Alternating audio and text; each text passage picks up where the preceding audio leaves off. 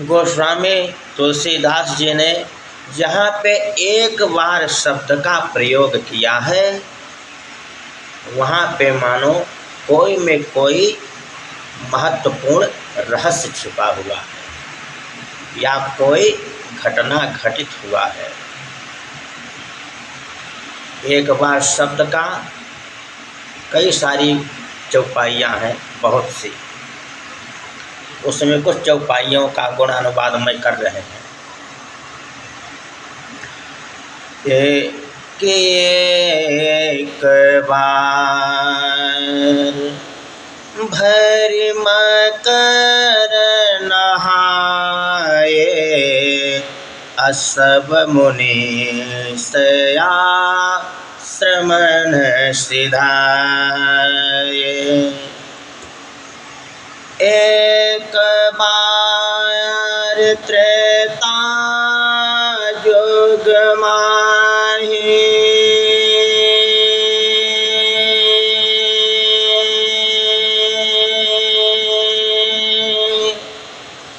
असंभो गए को भजर सिपाही। एक बार नारद कर बीना,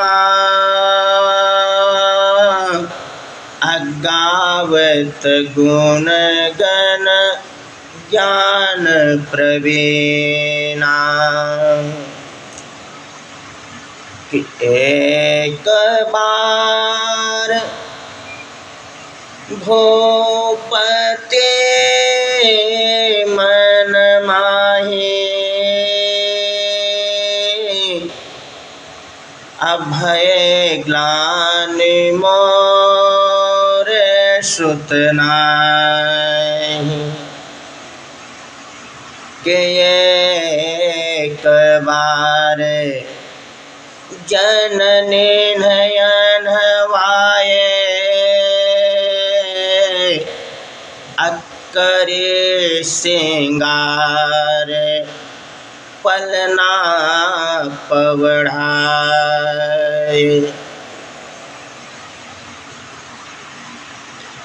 एक बार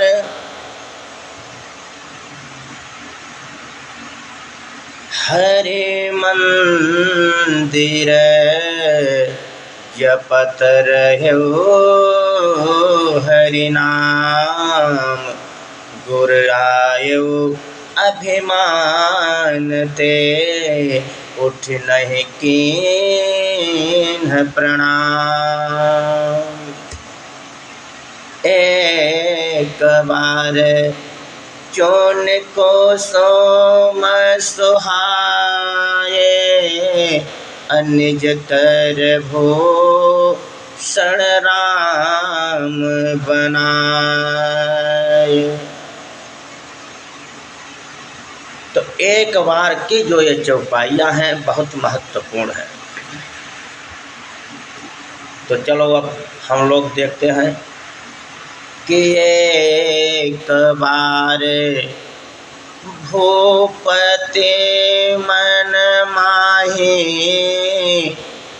अभय ग्लानि मोरे सुत नाहि।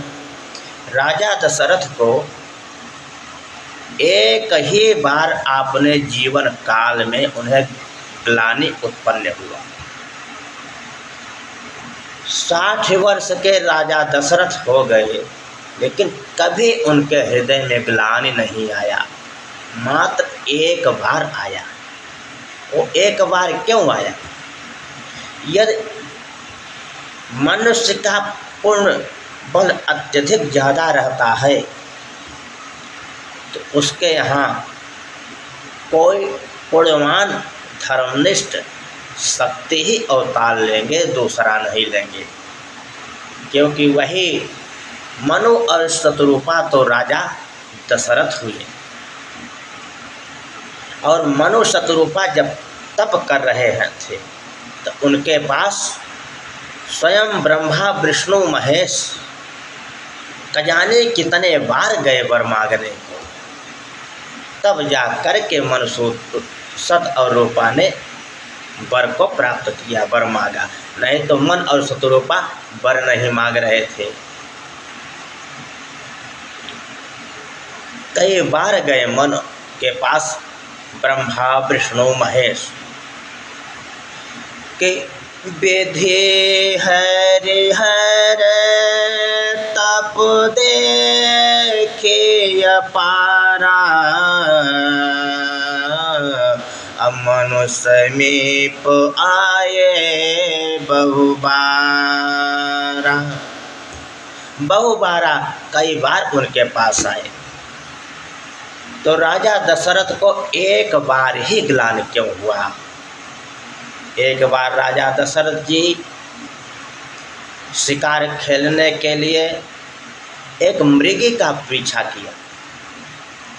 मृगी उनको दौड़ाते दौड़ाते घोर जंगल में ले गई। एक सरोवर में मृगी कूद गई और बीच सरोवर में मृगी हिल गई। जब राजा दशरथ चारों तरफ से घूमने लगे और जब निशाना लगाए मारने को, तो मृगी बोली, ऐ राजन, आप क्षमा करें, मैं इस धरती में सबसे मर सकती हूँ, कोई भी हमें मौत करे, लेकिन आपके हाथों हम अपना मृत्यु नहीं कर सकती। तब राजा दशरथ जा कर के और मृगी से अपना कारण पूछते हैं कि ऐसा क्या है हमारे अंदर अवगुण। मृगी बोलती है, ऐ राजन, आप निरपुत्री हैं, आपके पास कोई पुत्र नहीं है, इसलिए हम आपके हाथों नहीं मरना चाहते। पहला कारण ये। दूसरा कारण, एक बार राजा दशरथ देवराज इंद्र के पास गए। देवराज इंद्र अर्ध सिंहासन आसन दे राजा दशरथ को अपने सिंहासन पे बैठाता था।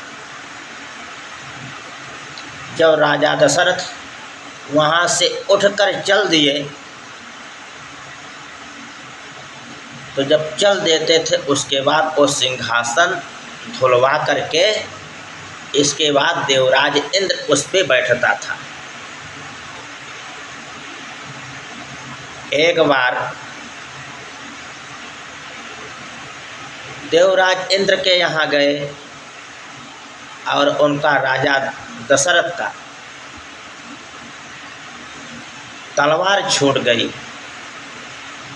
और जब ही गए बाहर तो सिंहासन इंद्र धुलवा रहा था। जब वापस गए तो पूछे, अय देवराज इंद्र, यदि मैं बैठा हूँ, हमारे बैठने के बाद जाने के बाद सिंहासन क्या कारण है धुलवाए। देवराज इंद्र बोले, अय राजन, आप संतानहीन हैं, इसलिए इस गद्दी पे जो बैठे हैं, इस गद्दी को हम निसंतान होने के कारण ये भविष्य में जो राजा आए तो अच्छा धर्मवान राजा इस गद्दी पे बैठे। निसंतान को नहीं बैठने का अधिकार है, लेकिन आप राजा हैं, हमारा सम्मान करते हैं, हमें विजय इस देव लोक में निशा बध के आप, इसलिए आपको बैठने को देता है, इसलिए धुलवाता। तो जब ये वचन सुने तो राजा दशरथ आपे ने अयोध्या राजमहल में आए और जब बैठे एकांत तो उन्हें ग्लान हुआ मृगी का और फिर इंद्र का। तो वही गोस्वामी जी ने लिख रहे हैं कि एक बार भूपति मन माही,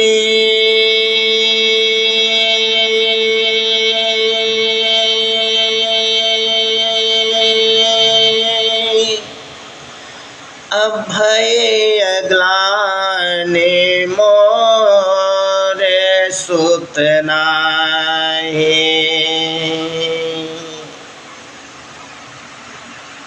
तद्गुरु गृह गय तुरत महिपाला, अचरण लागी कर विनय विशाला। वही जब दुख हुआ राजा दशरथ को, उबेने पैर और दोनों हाथ को जोड़ करके और पैदल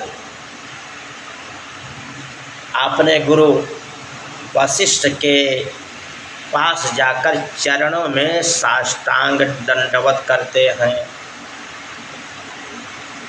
तब गुरु वशिष्ठ सब समाचार पूछते हैं। तब राजा दशरथ सब अपना सुख और दुख सभी वृत्तांत को सुनाते हैं। कि निज दुख सुख सब गुरु ही सुनायऊ,